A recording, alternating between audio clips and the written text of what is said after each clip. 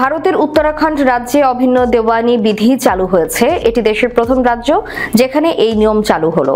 উত্তরাখণ্ডের বিধানসভায় প্রস্তাব পাস হবার পর রাষ্ট্রপতি দ্রৌপদী মুর্মু অনুমোদন দেন। ফলে সোমবার থেকে এই আইন কার্যকর হয়েছে। নতুন আইনে একাধিক বিয়ে নিষিদ্ধ করা হয়েছে। এটি এখন থেকে আইনগত অপরাধ। বিবাহ বিচ্ছেদের নিয়ম সবার জন্য একই হবে। তালাক, হালালা এবং ইদ্দত নিষিদ্ধ করা হয়েছে। এতে প্রাপ্তবয়স্ক ছেলে মেয়েদের লিভ ইন সম্পর্কে স্বীকৃতি দেওয়া হয়েছে। তবে এই সম্পর্ক নথিভুক্ত করতে হবে। নথিভুক্ত না করলে সম্পর্কটি বৈধ বলে ধরা হবে না। লিভ ইন সম্পর্ক থেকে জন্ম নেওয়া সন্তান সম্পত্তির অধিকার পাবে। আইনে বলা হয়েছে বিয়ের জন্য ছেলেদের ন্যূনতম বয়স 21 বছর এবং মেয়েদের 18 বছর হতে হবে। যে কোনো ধর্মীয় নিয়মে বিয়ে করা যাবে, তবে বিয়ের রেজিস্ট্রি 60 দিনের মধ্যে করতে হবে। তবে উপজাতিদের নতুন আইনের বাইরে রাখা হয়েছে। তাদের সংস্কৃতি রক্ষার জন্য এই সিদ্ধান্ত নেওয়া হয়েছে বলে জানানো হয়।